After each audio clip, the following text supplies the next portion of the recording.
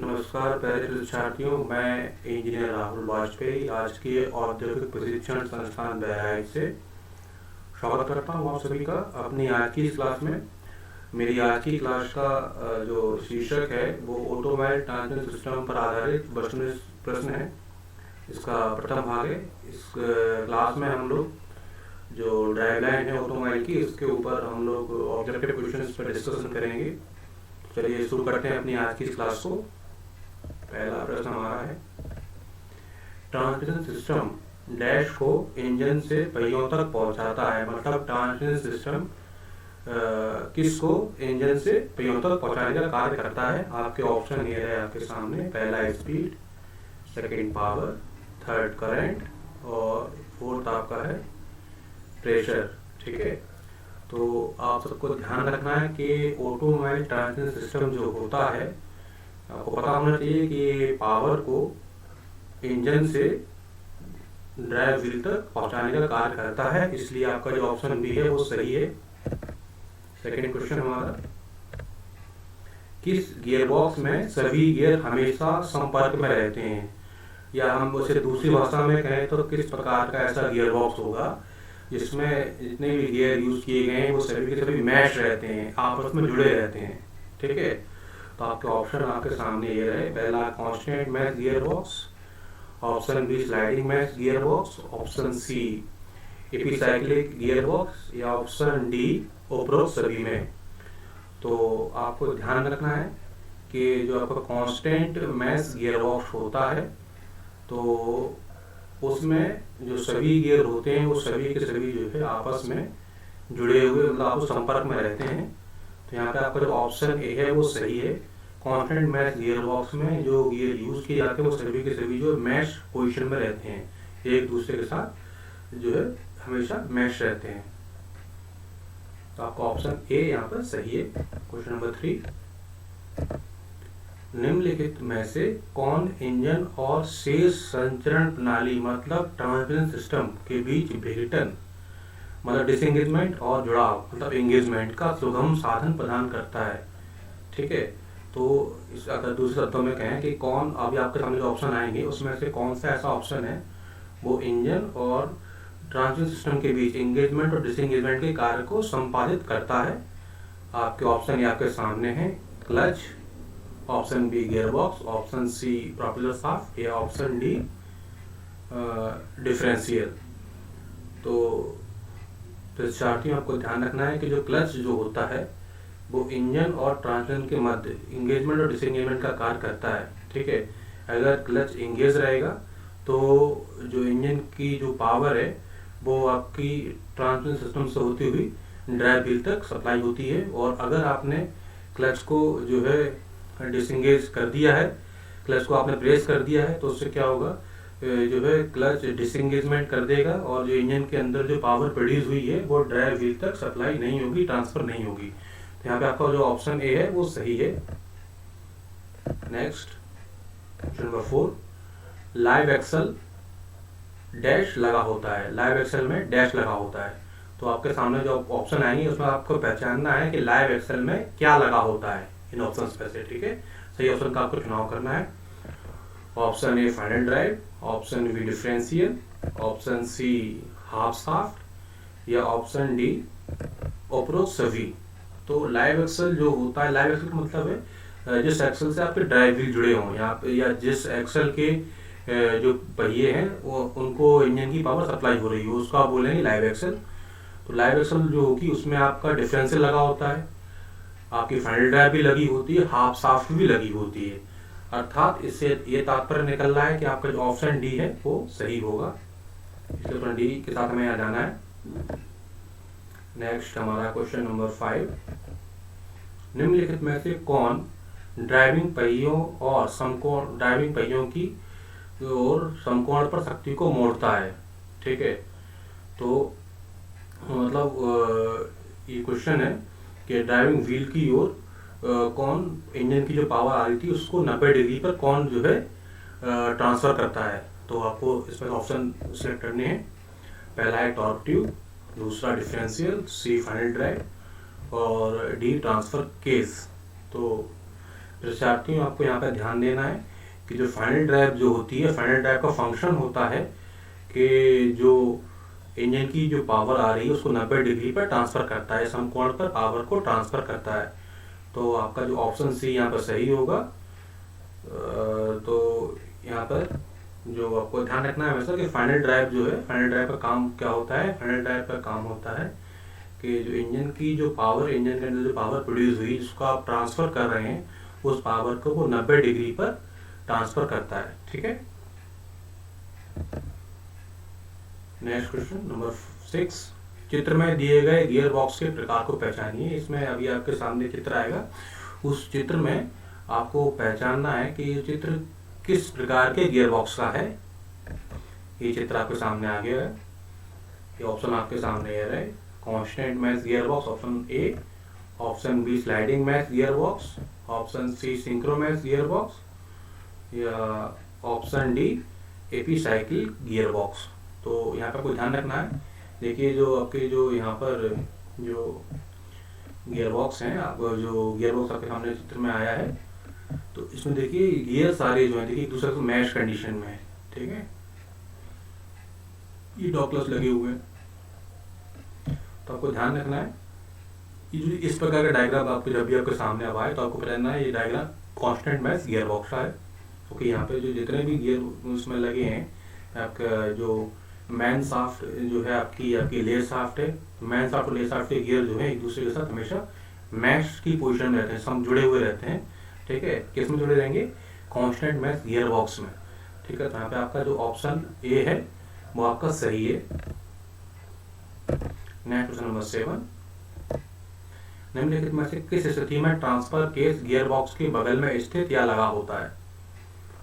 Option A front wheel drive में, option B rear wheel drive में, option C 4 wheel drive में, या option D उपरोक्त सभी में।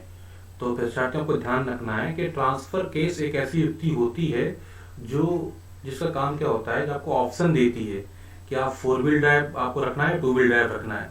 ठीक है, तो ये आपका जो फ्रंट क्या नाम है ट्रांसफर केस होगा वो हमेशा 4 व्हील ड्राइव में ही यूज किया जाता है, क्योंकि ये ड्राइवर को ऑप्शन देता है।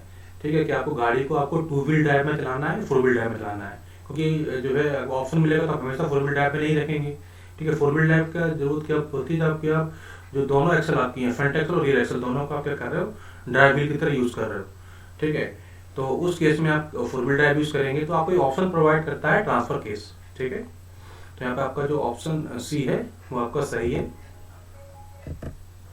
नेक्स्ट क्वेश्चन नंबर 8, नीचे दिए हुए चित्र में एक्स से दर्शाए गए भाग का नाम पहचानिए। यहाँ पे आपके सामने एक चित्र आएगा, उसमें आपको जो एक्स से जो पार्ट आइडेंटिफाई जो दिया गया है, जो दर्शाया गया है, उसको आपको उसका नाम बताना है। ये जो आपको चित्र सामने आया है, ठीक है, तो एक्स उन्होंने दर्शाया है, इसको आपको आइडेंटिफाई करना है, पहचानना है कि इस पार्ट का नाम क्या है। और आपके ऑप्शन दिए गए हैं, A differential, B propeller shaft, C half shaft, या डी एक्सल। तो साथियों यहाँ पर जो एरो से दर्शाया गया है एक्स के द्वारा, ये अब डिफरेंशियल है। ठीक है, ये जो है चित्र है, ये चित्र जो है चेसिस का टॉप व्यू है। ठीक है, ये आपकी स्टीयरिंग हो गई, ये आपका फ्रंट एक्सल है, इंजन है, ये गियर बॉक्स हो गया है आपका, ये प्रोपेलर शाफ्ट हो गई। ठीक है, 2 पार्ट में प्रोपेलर शाफ्ट है, ये आपका यूनिवर्सल जॉइंट, एक यूनिवर्सल जॉइंट ये रहा, एक यूनिवर्सल जॉइंट आपका ये रहा, एक आपका यूनिवर्सल जॉइंट आपका यहाँ पे रहा। ठीक है, तो 3 आपके यूनिवर्सल जॉइंट यहाँ पर लगे हुए हैं। ये आपका जो है डिफरेंशियल हो गया, ये आपके हाफ शाफ्ट हो गई। तो आपको इससे क्लियर हो गया होगा कि जो है जो क्वेश्चन में जो एक्स दर्शाया गया है वो आपका है डिफरेंशियल। ऑप्शन ए सही आंसर आपका होगा। क्वेश्चन नंबर 9, निम्नलिखित में से कौन ड्राइविंग एक्सल यूनिट का भाग नहीं है। ड्राइविंग एक्सल जो होती है उसमें का कौन, जो अभी आपके सामने ऑप्शन आएंगे उसमें से जो कौन सा ऑप्शन है जो ड्राइविंग एक्सल का पार्ट नहीं है वो आपको आइडेंटिफाई करना है। A differential, B propeller shaft, D C half shaft, D axle. तो छात्रियों जो आपकी ड्राइविंग एक्सल होगी, ठीक है, उसमें डिफरेंशियल लगा होता है, उसमें आपके हाफ शाफ्ट लगी होती है, हाफ एक्सल भी होती है, पर प्रोपेलर शाफ्ट नहीं लगी होती है ड्राइविंग एक्सल में। तो आपका जो ऑप्शन बी है वो आंसर सही है। अर्थात प्रॉपेलर शाफ्ट आपका जो ड्राइविंग एक्सल का पार्ट नहीं होगा, प्रॉपेलर शाफ्ट आपका अलग पार्ट होता है, ठीक है, ड्राइविंग एक्सल में नहीं होता। ड्राइविंग एक्सल में आपका डिफरेंशियल होगा, हाफ शाफ्ट होगी और एक्सल होगी, ठीक है। कुछ ध्यान रखना, आपका जो ऑप्शन भी है वो आपका सही आंसर है। Question number 10, 4 wheel drive vehicle में कितनी लाइव एक्सल होती हैं, ठीक है। क्वेश्चन को समझिएगा, स्टेटमेंट आपको ध्यान देना है कि 4 व्हील ड्राइव व्हीकल जो है उसमें कितनी लाइव एक्सल होंगी, ठीक है। Option A 0, option B 1, option C 2, option D उपरोक्त में से कोई नहीं। तो आप ये तो क्लियर आपके दिमाग होना चाहिए कि ड्राइव एक्स या ड्राइव 4 व्हील ड्राइव का मतलब क्या है कि इसके चारों पहिए हैं वो ड्राइव व्हील है, मतलब इंजन की जो पावर है वो चारों पहियों में जा रही है, ठीक है। तो जाहिर सी बात है, एक एक्सल पे आपको 2 पहिए लगे होते हैं, 4 व्हील ड्राइव है मतलब उसमें 4 पहिए होंगे, 4 पहिए हैं तो उसके लिए आपको 2 एक्सल की जरूरत होगी, इसलिए आपका जो ऑप्शन सी है वो यहाँ पे सही होगा। ऑप्शन सी के साथ यहाँ पे आपको जानना होगा, option C is right answer. 4 wheel drive vehicle में 2 एक्सल आपकी होंगी। नेक्स्ट क्वेश्चन, 6 पहिया ड्राइव लाइन में या 6 व्हील ड्राइव व्हीकल में क्या होता है, ऑप्शन आपके सामने आएंगे। कोई लाइव एक्सल नहीं होता है, 1 लाइव एक्सल होता है, 2 लाइव एक्सल होता है और 3 लाइव एक्सल होता है, ठीक है। तो आपको पहले तो जानना है लाइव एक्सल होता क्या है। जिस एक्सल से ड्राइव व्हील जुड़े होते हैं, ठीक है, जिस एक्सल से ड्राइव व्हील जुड़े होते हैं उसको हम बोलते हैं लाइव एक्सल, और जिस एक्सल पर ड्राइव व्हील नहीं जुड़े होते उसको बोलते हैं डेड एक्सल, ठीक है। उन्होंने बोला 6 व्हील ड्राइव वाहन में, तो यहाँ पे 6 के पहिए, जो कि 6 के 6 पहिए हैं वो आपके 6 के 6 पहिए क्या है, ड्राइव व्हीकल है, ठीक है। तो उसमें आपके एक एक्सल पे आपके क्या होगा, 2 पहिए लगे होते हैं, जैसा मैंने आपको लास्ट क्वेश्चन बताया था। तो यहाँ पे 6 पहिए जो 6 व्हील ड्राइव व्हीकल है, ठीक है। तो इसमें आपका जो है 3 आपकी लाइव एक्सल होंगी, ठीक है, क्योंकि आपके 6 के 6 पहिए आपके जो है ड्राइव व्हील है, ठीक है। जबकि आपके 6 के 6 पहिए आपके ड्राइव व्हीकल हैं, तो वहाँ पे आपकी 3 आपकी लाइव एक्सल होंगी। तो ऑप्शन सी आपका यहाँ पे, ऑप्शन डी आपका यहाँ पे सही आंसर होगा। क्वेश्चन नंबर 12, ड्राइविंग पहियों पर लगने वाला टॉर्क पहियों और सड़क के बीच एक propulsive फोर्स को जन्म देता है जिसे डैश कहा जाता है, ठीक है। तो ऑप्शन ए आपके हैं tractive effort, option B driving effort, option C braking thrust, option D उपरोक्त में से कोई नहीं। तो सबसे पहले आपको पता होना चाहिए कि जो प्रोपल्सिव फोर्स का काम क्या होता है। प्रोपल्सिव फोर्स होता क्या है, प्रोपल्सिव फोर्स एक तरह से जो है एक ऐसा फोर्स होता है जिसकी वजह से जो है गाड़ी आगे बढ़ती है, ठीक है। ये जो प्रोपल्सिव फोर्स होता है हमेशा रोड व्हील ड्राइव व्हील और आपका रोड के मध्य लगता है, ठीक है। तो ये जो टॉर्क होता है इसके वजह से क्या होता है, इसका जो रिजल्ट होता है वो होता है प्रोपल्सिव फोर्स, तो ये गाड़ी को आगे की ओर जो है पुश करता है, ठीक है। तो ये जो आपका इसका जो आंसर होता है वो होगा आपका ट्रैक्टिंग एफर्ट। तो प्रोपल्सिव फोर्स जो है इसको ट्रैक्टिंग एफर्ट भी कहते हैं, ट्रैक्टिंग एफर्ट कहा जाता है। तो आपको ध्यान रखना है, ड्राइविंग पहियों पर जो लगने वाला टॉर्क पहियों और सड़क के बीच प्रोपल्सिव फोर्स को जन्म देता है जिसे ट्रैक्टिव एफर्ट कहा जाता है, और यहाँ पे आपका ऑप्शन ए सही होगा। Next question number 13, top tube drive में ट्यूब के अंदर क्या रखा होता है। टॉप ट्यूब ड्राइव एक अरेंजमेंट होता है, ठीक है। तो उसमें पूछ रहे हैं कि ट्यूब के अंदर क्या रखा होता है। आपके ऑप्शन है A differential, B propeller shaft, C half shaft या डी एक्सल, ठीक है। तो आपको ध्यान रखना है कि जो आपका टॉप ट्यूब ड्राइव जो होता है तो उसमें ट्यूब के अंदर प्रोपेलर शाफ्ट रखी होती है, ठीक है। 2 टाइप की ड्राइव होती है, टॉप ट्यूब ड्राइव, एक होती है हॉस्किस ड्राइव। तो यहाँ पे टॉप ट्यूब ड्राइव है उसमें ट्यूब होता है, ट्यूब के अंदर आपकी प्रोपेलर शाफ्ट रखी होती है। तो ऑप्शन बी आपका सही आंसर है यहाँ पे। क्वेश्चन नंबर 14, गियर बॉक्स की आवश्यकता निम्न में से कौन सी है। किस अवस्था में आप गियर बॉक्स को यूज करते हैं, या यूं कहें तो गियर बॉक्स किस पर्पज के लिए ऑटोमोबाइल में उपयोग किया जाता है। आपके ऑप्शन आपके सामने ये रहे, वाहन की गति में बदलाव हेतु, वाहन के टॉर्क में बदलाव हेतु, वाहन की शक्ति में बदलाव हेतु, या वाहन के त्वरण में बदलाव हेतु। ये जो क्वेश्चन है ये ना केवल आईटीआई के स्टूडेंट्स के लिए बल्कि पॉलिटेक्निक और इंजीनियरिंग स्टूडेंट के लिए भी एक बहुत ही महत्वपूर्ण क्वेश्चन है। ये कई बार जो है इंजीनियरिंग स्टूडेंट से या पॉलिटेक्निक स्टूडेंट से इंटरव्यू के टाइम पे भी पूछा जाता है कि गियर बॉक्स की आवश्यकता क्यों होती है। ठीक है, तो आपको ध्यान रखना है कि गियर बॉक्स की आवश्यकता होती है वाहन के अंदर जो टॉर्क प्रोड्यूस हो रहा है उसमें चेंज लाने के लिए, क्योंकि आप डिफरेंट कंडीशन पे आपको डिफरेंट टॉर्क की आवश्यकता होती है। तो टॉर्क में चेंज लाने का कार्य गियर बॉक्स करता है। तो ऑप्शन बी जो आपका है वो आपका यहाँ पर सही आंसर है। ध्यान रखना, आपसे कभी पूछा जा सकता है कि गियर बॉक्स किस पर्पज के लिए यूज करते हैं। गियर बॉक्स पर्पज करने का केवल एक ही जो उद्देश्य होता है वो है टॉर्क में चेंज लाना, टॉर्क में बदलाव के लिए आप गियर बॉक्स का उपयोग करेंगे। क्वेश्चन नंबर 15, निम्न में से किस प्रकार के मैनुअल ट्रांसमिशन में डबल डी क्लचिंग का उपयोग किया जाता है। तो आपके सामने अभी जो है ऑप्शन आएंगे, उसमें आपको पहचानना है किस प्रकार के गियर बॉक्स सिस्टम में हम लोग डबल डी क्लचिंग का उपयोग करते हैं। ऑप्शन है ए आपका constant mesh gear box, option B sliding mesh gear box, option C synchromesh gear box, या option D epicyclic gear box. तो आपको ध्यान रखना है कांस्टेंट मैच गियर बॉक्स जो होता है उसमें डबल डी क्लचिंग का उपयोग करते हैं, मतलब उसमें आपको क्लच को 2 बार प्रेस करना होगा। ठीक है, 2 बार क्लच प्रेस करते हैं गियर चेंज करने के लिए। जब भी आप गियर चेंज करेंगे, ठीक है, तो वहाँ पे आपको क्लच को 2 बार प्रेस करना होगा। ये डबल डी क्लचिंग का मतलब है। ठीक है, यहाँ पे आपका जो ऑप्शन ए है वो सही आपका आंसर होगा। नेक्स्ट क्वेश्चन नंबर 16, नई कारों में सबसे अधिक इस्तेमाल की जाने वाली लाइव जो है सबसे नई कारों में सबसे अधिक इस्तेमाल की जाने वाली ड्राइव ट्रेन है, मतलब कौन सा। अभी आपके सामने जो ऑप्शन आएंगे उसमें आपको पहचानना है कि जो कौन सी पावर ट्रेन को आप सबसे ज़्यादा उपयोग करते हैं नई गाड़ियों में। Option A front engine front drive, rear engine rear drive, front engine rear drive, उपरोक्त में से कोई नहीं।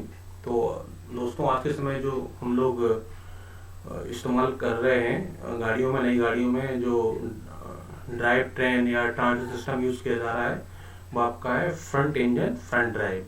ठीक है, आपका यूज़ ये कर रहे हैं। पहले यूज़ करते थे हम लोग फ्रंट इंजन रियर ड्राइव। ठीक है, रियर इंजन रियर ड्राइव आपका नैनो गाड़ियों में यूज़ किया गया था। नैनो गाड़ी जो थी उसमें रियर इंजन रियर ड्राइव था। पर अभी जो हम लोग यूज़ कर रहे हैं नई गाड़ियों में, जो ऑटोमोबाइल मैन्युफैक्चरर जितने भी लीडिंग मैन्युफैक्चरर हैं ऑटोमोबाइल के, वो यूज़ कर रहे हैं फ्रंट इंजन फ्रंट ड्राइव। तो आपका ऑप्शन ए यहाँ पर सही है। Next question number 17, constant mesh gear box में मेन शाफ्ट पर लगे हुए गियर के तीर शाफ्ट के साथ डैश होते हैं। क्या होते हैं देखते हैं, क्या ऑप्शन आपके हैं। ए कोण पर, बी समानांतर, सी दोनों, डी में से कोई नहीं। तो आपको ध्यान रखना है कांस्टेंट मैच जो गियर बॉक्स होता है उसमें यूज करते हैं हेलिकल गियर। हेलिकल गियर जो होते हैं वो हमेशा एक एंगल पे रहते हैं। ठीक है, और जो आपकी शाफ्ट है, शाफ्ट आपकी तो स्ट्रेट समानांतर है। ठीक है, तो स्ट्रेट के अगर आप स्ट्रेट को रेफरेंस मान के चलेंगे तो आपके जो कांस्टेंट मैच जो गियर बॉक्स है उसमें हेलिकल गियर यूज किए गए हैं, उसके तीत होंगे, तीत एंगल पे हैं। तो वो हमेशा एक जो है शाफ्ट से, मैन शाफ्ट के हैं, रियर शाफ्ट के हैं, उन दोनों से जो है एक कोण बनाते हुए होता है तीत उसके। तो आपका ऑप्शन ए कोण पर सही होगा, A the right answer. Next question number 18, नीचे दिए हुए चित्र में एक्स से दर्शाए गए भाग का नाम बताइए। चित्र आपके सामने आएगा, उसमें आपको आइडेंटिफाई करना है कि एक्स के द्वारा क्या शो किया गया है प्रश्न में। ठीक है, तो ये आपके सामने एक्स से क्या दर्शाया जा रहा है इसको आप सोच लीजिए। आपने सोच लिया हो तो आपके सामने आएंगे option A sun gear, B blind gear, C bevel pinion, या डी क्राउन व्हील। तो विद्यार्थियों ये जो है जो चित्र है वो जो आपका डिफरेंशियल सिस्टम का एक डायग्राम है, ओपन डायग्राम, जो उसे कट सेक्शन कह सकते हैं आपसे। ठीक है, तो ये जो है आपका पिनियन शाफ्ट हो गई आपकी, ये बेवल पिनियन है। ठीक है, ये आपका केज हो गया, ये आपका जो है प्लानेट, जो आपका प्लानेट गियर है, ये आपके सन गियर है जो कि हाफ शाफ्ट से जुड़े होते हैं। एक सन गियर ये, एक सन गियर ये। ठीक है, और ये आपका क्राउन व्हील है, ठीक है। ये बड़ा सा जो व्हील है आपका क्राउन व्हील है और ये आपका बेवल पिन है। तो आपसे चित्र में आपसे जो पूछा गया है कि एरो के द्वारा क्या दर्शाया जा रहा है, तो एरो के द्वारा जो चित्र में दर्शाया जा रहा है वो है आपका क्राउन व्हील, यानी option D is the right answer. Next question number 19, constant mesh gearbox में किस प्रकार के गियर का उपयोग किया जाता है। मैंने अभी आपसे चर्चा भी की थी, आप उसको तब तक रिकॉल कीजिए, तब तक आपके सामने ऑप्शन आ रहे हैं। इसमें आपको ऑप्शन से पहचाना भी है। A spur gear, B helical gear, C bone gear, D bevel gear. तो आपका ऑप्शन बी यहाँ पर सही आंसर है, हेलिकल गियर हम लोग उपयोग करते हैं। कांस्टेंट मैश गियर बॉक्स आपको याद रखना है। स्पर गियर हम लोग यूज करते हैं स्लाइडिंग मैश गियर बॉक्स की अगर बात होती है, तो स्लाइडिंग मैश गियर बॉक्स में क्या होता है, स्पर गियर यूज किए जाते हैं, जो कि स्प्लाइंट शाफ्ट होती है उसके ऊपर उनको जो है वो मूव करते हैं, ठीक है। तो मूव कराने के लिए आपको स्पर गियर ही होने चाहिए। तो यहाँ चूंकि जो कांस्टेंट मैश गियर बॉक्स होते हैं इसमें जो गियर्स होते हैं आपके मैन शाफ्ट के या ले शाफ्ट के, वो क्या होते हैं एक दूसरे के साथ मैश कंडीशन में रहते हैं।